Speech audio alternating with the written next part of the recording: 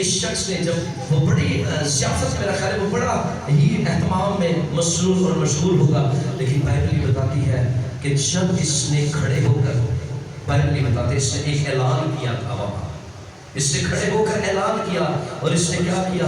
اس نے کہا کہ میں اپنا آدھا مال غریبوں کو اور جس کا کچھ نہ حق لے لیا انہوں کتنے گنا کہا تھا؟ 4 گنا میں اسے۔ اس کا مطلب ہے اس نے کھڑے ہو کر کہا میں سود خور ہوں، اس نے کھڑے ہو کر کہا میں نے لوگوں کے ساتھ زیادتیاں کی ہیں، اس نے لوگوں کے سامنے کھڑے ہو کر کہا میں لوگوں کا میں نے ناحق جو ہے لیا ہے، اس کا یہ تسلیم کرنا۔ اب بائبل یہ کہتی ہے کہ خدا یسوع سے نے کہا آج اس گھر میں کیا آئی ہے؟ میرے ذہن میں یہ تصور ہے، شاید آپ اس بات سے اتفاق نہ بھی کریں، مجھے ایسا لگ رہا ہے، یہ اس بات کو ذرا سمجھے گا میں کیا کہنا چاہ رہا ہوں۔ یسوع مسیح کا ہاتھ پکڑنا، یسوع کے لیے اوپر چڑھنا، یسوع کو گھر میں لے کر آنا، میرا خیال ہے اس کے کسی کام کا نہیں رہا جب تک اس نے خود سے یہ نہ کہا کہ میں گناہ گار ہوں، میں نے ناحق لیا ہے۔ اور یسوع مسیح نے پھر جواب سے کہا کہ آج اس گھر میں نجات آئی ہے۔ نجات کیسے آئے گی؟ نجات شادمانی ہے۔ آپ کی زندگی میں شادمانی تب آئے گی جب آپ اپنے آپ کو، اپنے قصور کو، اپنے گناہ کو، اپنی غلطی کو تسلیم کریں۔ یقین کریے، آپ پریکٹیکل کر کے دیکھیں، آپ کے اندر ایک اطمینان ہوتا جائے گا۔ جب آپ اپنی اس چیز کو تسلیم کر لیں گے، آپ کے اندر ایک اطمینان اتر جائے گا۔ میں نے اپنے بھائی سے، اپنی بہن سے، اپنے عزیز سے معافی مانگ لی ہے، مجھ سے یہ خدا سرزد ہوا ہے۔ معافی مانگنے کے بعد آپ دیکھیں گا آپ کی اندرونی حالت مختلف ہوگی نسبتاً اس وقت جب آپ بڑے تڑلے میں ہوگے، اس کے نسبتاً جب آپ پولائٹ انداز میں سوری ایکسکیوز کر لیں گے، اپنے گناہ کا اقرار کر لیں گے، آپ کی اور سامنے والے کی حالت میں ایک عجیب طرح کی تبدیلی رونما ہوگی، اور وہی تبدیلی پھر ذات خدا میں آتی ہے۔ جو اپنے گناہوں کو چھپاتا ہے ہرگز کامیاب۔ 2 پرسنالٹیز تیسری آپ ہے۔ 2 پرسنالٹیز کون کون سی؟ ایک عدم کا رویہ، ایک زکئی کا رویہ۔ ان دونوں میں سے اب آپ ہے، اور بائبل مقدس میں نے پہلے عرض کر دیا تھا، حوالہ جات میرے پاس بہت زیادہ ہے اس مضمون کو پیش کرنے کے لیے، لیکن صرف میں آپ کو یہ بات کہنا چاہتا ہوں۔ اچھا، کبھی کبھی ایسا ہوتا ہے ہم اپنی غلطی کو نہیں نہ ماننا چاہتے یا اپنے گناہ کو نہیں چھوڑنا چاہتے، تو اس میں بہت ساری راہیں نکالنے کی کوشش کرتے ہیں۔ زکئی کے ساتھ اس بات کو میں جوڑنا چاہوں گا۔ زکئی کا ایک بڑا پرابلم تھا کہ وہ قد ادا کیجیے چھوٹا سی، یہ ایک نیچرلی اس کے ساتھ پرابلم تھا، لیکن اس نے اس کا سلوشن نکالنے کی کوشش کی، اس نے اس پرابلم کو ختم کرنے کی کوشش کی۔ اسٹرگل آپ کی کیا ہے؟ خدا کے ساتھ جڑنے میں، خدا کو دیکھنے میں، خدا کو اپنے ساتھ، اپنے آپ کو خدا کے ساتھ جوڑنے میں اسٹرگل آپ کی کیا ہے؟ اسٹرگل ہماری جب کچھ اس کی بڑی اسٹرگل تھی، اتنے چڑھنا تو پھر کسی کا لے کے انہوں واپس دینا چھوڑنا کام نہیں سی، تو پھر سود کی عادت جدو پہ گئے تو چھوڑتی نہیں، لیکن یہ بہت بڑی اسٹرگل تھی، اس لیے اس نے خدا کو اور خدا کی حضوری کو پا لیا۔ لہٰذا آج اگر خدا مکاشفہ کی کلیسیا کو کہتا ہے کہ توبہ کر، تو آج یہاں بیٹھی کلیسیا کو بھی خدا کہہ رہا ہے کہ آپ کی زندگی میں توبہ کیا ہے ہونی چاہیے۔ اگر آپ کے بڑے معاملات ہیں ان میں بھی توبہ کریں، چھوٹے معاملات ہیں سب سے پہلے ایکسیپٹ کر لیں کہ مجھ سے یہ غلطی ہو چکی ہے۔ جب آپ اسے ایکسیپٹ کر لیں گے، پھر خدا کا ہاتھ آپ کی طرف پڑے گا، کیونکہ یہ بائبل کا وعدہ ہے، جو اپنے گناہوں کو چھپاتا ہے کامیاب نہ ہوگا، لیکن جو ان کا اقرار کیا میں نے لیا ہے اور پھر کہا میں دیتا ہوں، صرف سکا اقرار نہیں، پھر کہا میں نے جس سے زیادتی کی ہے، جس کا میں نے ناحق لیا میں اسے آج دیتا ہوں، یہی اقرار میری اور آپ کی نجات کا سبب بن جائے گا۔ چھوٹی چھوٹی باتوں میں آج جب آپ اٹھ کر جائیں گے، آپ خدا کی حضوری میں سر کو جھکائیں، اقرار کریں کہ خداوند مجھ سے چھوٹے چھوٹے معاملات میں جو ناانصافیاں برپا ہوئی ہیں، آج میں تیری حضوری میں ان اپنے گناہوں کا اقرار کرتا ہوں، ان اپنی چیزوں پہ اقرار کرتا ہوں۔ سر کو جھکائیں، آپ کو بند کریں گے اور خدا کی حضوری میں ہم دعا کریں گے۔ فلاسفری کوئی بہت اسٹیٹیکل قسم کا میسیج نہیں ہے، لیکن اتنا سمپل ہے کہ میں ایمان رکھتا ہوں کہ وہ آپ سب کی زندگیوں سے کہیں نہ کہیں جڑا ہوا ہے۔ وہ میسیج آپ کی زندگیوں سے کسی نہ کسی اعتبار سے جڑا ہوا ہے۔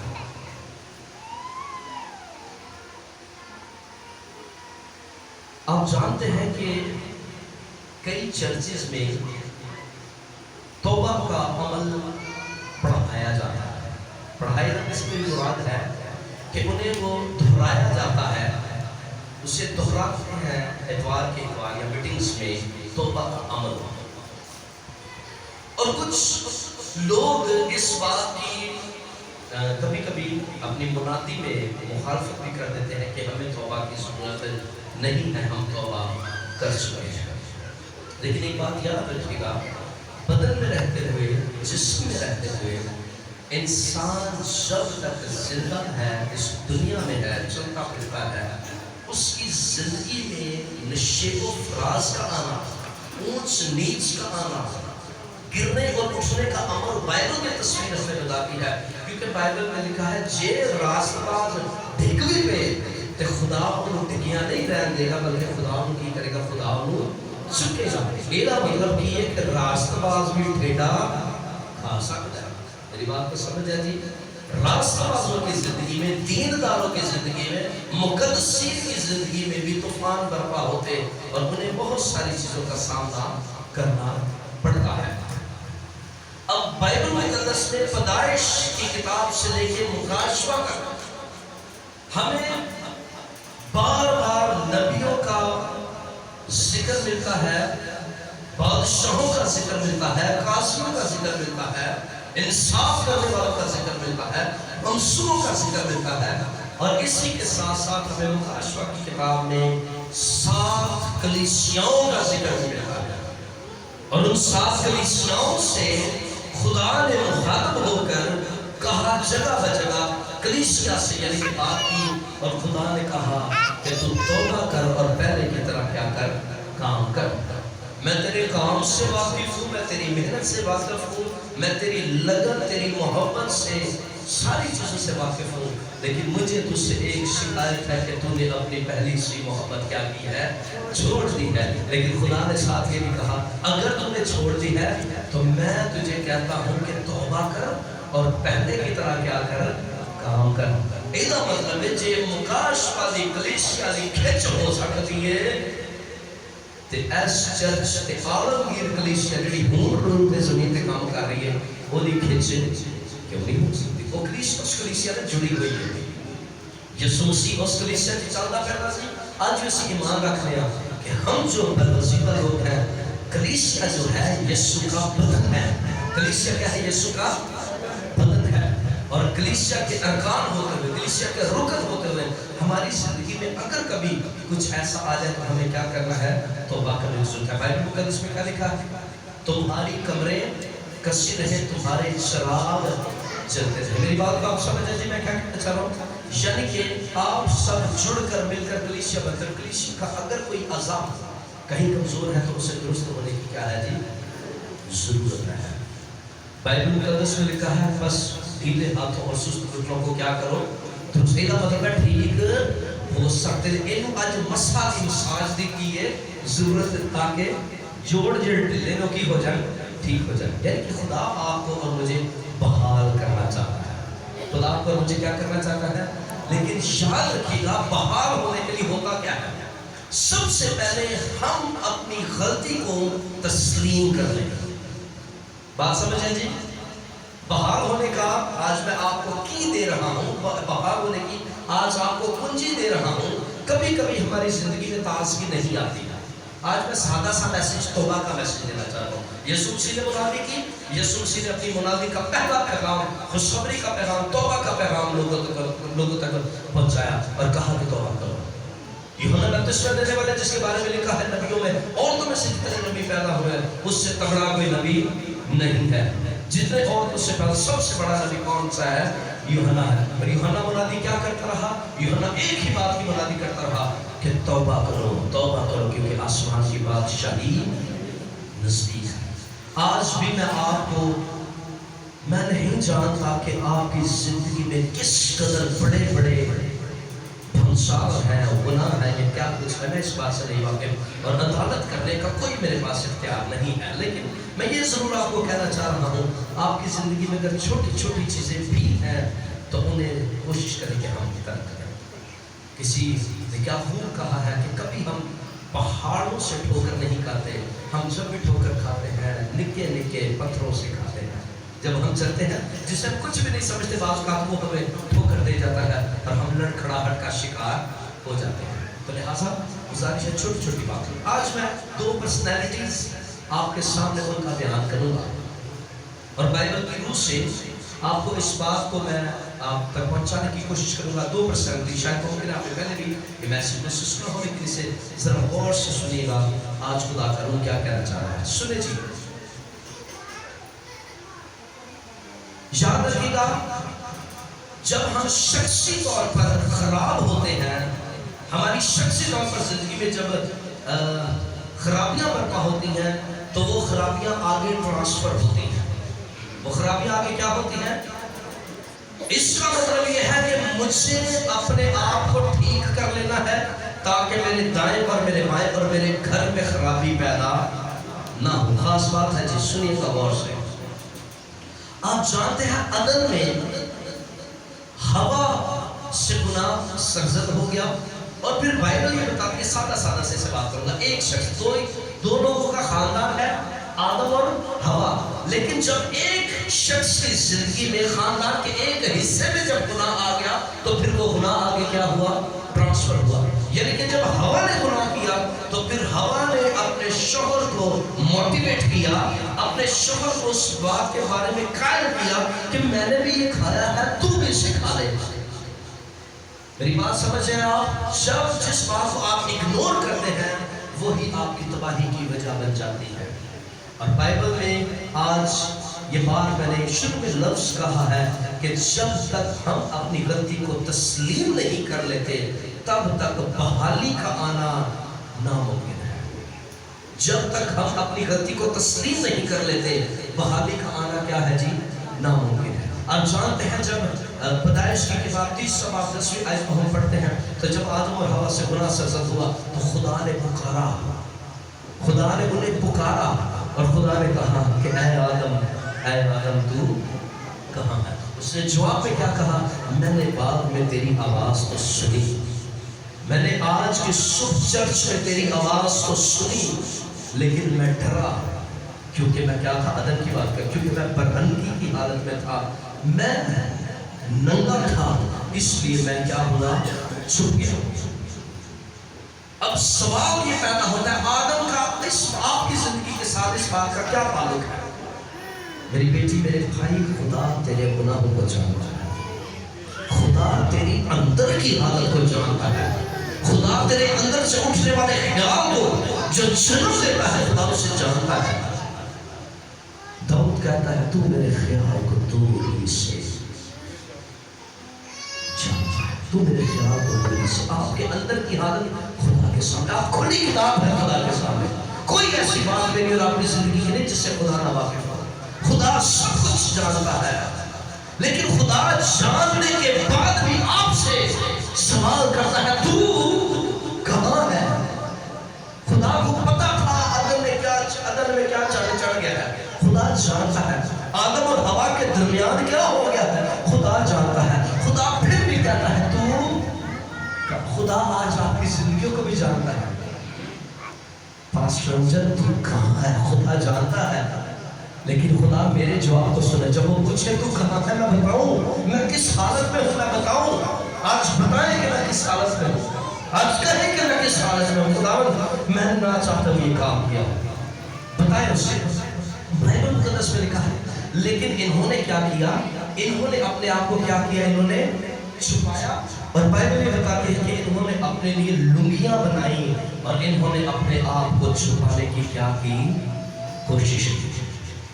برے کے تعلق سے خوشخبری کا بہت بڑا پیغام ہے یہاں۔ پھر ذبح کیا گیا، خون بہایا گیا، ان کی ڈھانپنے کا انتظام کیا گیا۔ یہ ایک مفہوم الگ ہے، میں اس طرف نہیں جانا چاہتا، لیکن صرف یہ کہنا چاہتا ہوں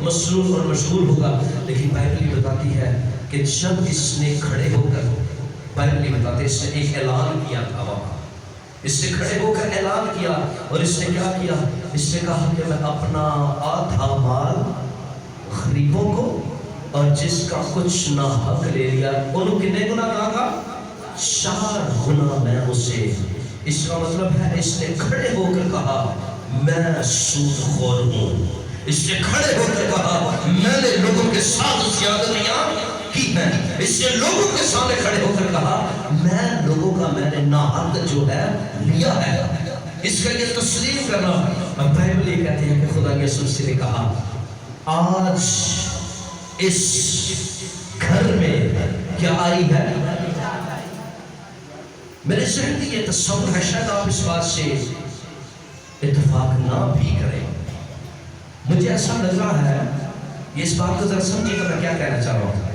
یسوع مسیح کا ہاتھ پکڑنا، یسوع کے لیے اوپر چڑھنا، یسوع کو گھر میں لے کر آنا، میرا خیال ہے اس کے کسی کام کا نہیں رہا جب تک اس نے خود سے یہ نہ کہا کہ میں گناہ گار ہوں، میں نے ناحق لیا ہے۔ اور یسوع مسیح نے پھر جواب سے کہا کہ آج اس گھر میں نجات آئی ہے۔ نجات کیسے آئے گی؟ نجات شادمانی ہے۔ آپ کی زندگی میں شادمانی تب آئے گی جب آپ اپنے آپ کو، اپنے قصور کو، اپنے گناہ کو، اپنی غلطی کو تسلیم کریں گے۔ یقین کریے، آپ پریکٹیکل کر کے دیکھیں، آپ کے اندر ایک اطمینان ہوتا جائے گا۔ جب آپ اپنی اس چیز کو تسلیم کر لیں گے، آپ کے اندر ایک اطمینان اتر جائے گا۔ میں نے اپنے بھائی سے، اپنی بہن سے، اپنے عزیز سے معافی مانگ لی ہے، مجھ سے یہ گناہ سرزد ہوا ہے۔ معافی مانگنے کے بعد آپ دیکھیں گا آپ کی اندرونی حالت مختلف ہوگی، نسبتاً اس وقت جب آپ بڑے تڑلے میں ہوگے، اس کے نسبتاً جب آپ پولائٹ انداز میں سوری ایکسکیوز کر لیں گے، اپنے گناہ کا اقرار کر لیں گے، آپ کی اور سامنے والے کی حالت میں ایک عجیب طرح کی تبدیلی رونما ہوگی۔ اور وہی تبدیلی پھر ذات خدا میں آتی ہے۔ جو اپنے گناہوں کو چھپاتا ہے ہرگز کامیاب۔ 2 پرسنالٹیز تیسری آپ ہے۔ 2 پرسنالٹیز کون کون سی؟ ایک عدم کا رویہ، ایک زکئی کا رویہ۔ ان دونوں میں سے اب آپ ہے۔ اور بائبل مقدس میں نے پہلے عرض کر دیا تھا، حوالہ جات میرے پاس بہت زیادہ ہے اس مضمون کو پیش کرنے کے لیے، لیکن صرف میں آپ کو یہ بات کہنا چاہتا ہوں۔ اچھا، کبھی کبھی ایسا ہوتا ہے ہم اپنی غلطی کو نہیں نہ ماننا چاہتے یا اپنے گناہ کو نہیں چھوڑنا چاہتے، تو اس میں بہت ساری راہیں نکالنے کی کوشش کرتے ہیں۔ زکئی کے ساتھ اس بات کو میں جوڑنا چاہوں گا۔ زکئی کا ایک بڑا پرابلم تھا کہ وہ قاعدہ کسی چھوٹا سے، یہ ایک نیچرلی اس کے ساتھ پرابلم تھا، لیکن اس نے اس کا سلوشن نکالنے کی کوشش کی، اس نے اس پرابلم کو ختم کرنے کی کوشش کی۔ اسٹرگل آپ کی کیا ہے؟ خدا کے ساتھ جڑنے میں، خدا کو دیکھنے میں، خدا کو اپنے ساتھ، اپنے آپ کو خدا کے ساتھ جوڑنے میں اسٹرگل آپ کی کیا ہے؟ اسٹرگل ہماری جب کچھ اس کی بڑی اسٹرگل تھی، اتنے چڑھنا تو پھر کسی کا لے کے انہوں واپس دینا، چھوڑنا کام نہیں سی، تو پھر سود بھی عادت جدو پہیے تو چھوڑتی نہیں، لیکن یہ بہت بڑی اسٹرگل تھی، اس لیے اس نے خدا کو اور خدا کی حضوری کو پا لیا۔ لہٰذا آج اگر خدا مکاشفہ کی کلیسیا کو کہتا ہے کہ توبہ کر، تو آج یہاں بیٹھی کلیسیا کو بھی خدا کہہ رہا ہے کہ آپ کی زندگی میں توبہ کیا ہے ہونی چاہیے۔ اگر آپ کے بڑے معاملات ہیں ان میں بھی توبہ کریں، چھوٹے معاملات ہیں سب سے پہلے ایکسیپٹ کر لیں کہ مجھ سے یہ غلطی ہو چکی ہے۔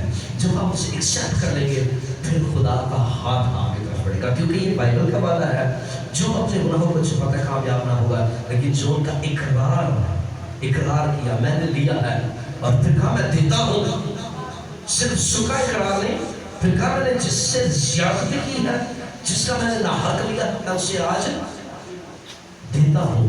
یہی اقرار میری اور آپ کی نجات کا سبب بن جائے گا۔ چھوٹی چھوٹی باتوں میں آج جب آپ اٹھ کر جائیں، آپ خدا کی حضوری میں سر کو جھکائیں، اقرار کریں کہ خداوند مجھ سے چھوٹے چھوٹے معاملات میں جو ناانصافیاں برپا ہوئی ہیں، آج میں تیری حضوری میں ان اپنے گناہوں کا اقرار کرتا ہوں، ان اپنی چیزوں پہ اقرار کرتا ہوں۔ سر کو جھکائیں، آپ بند کریں گے اور خدا کی حضوری میں ہم دعا کریں گے۔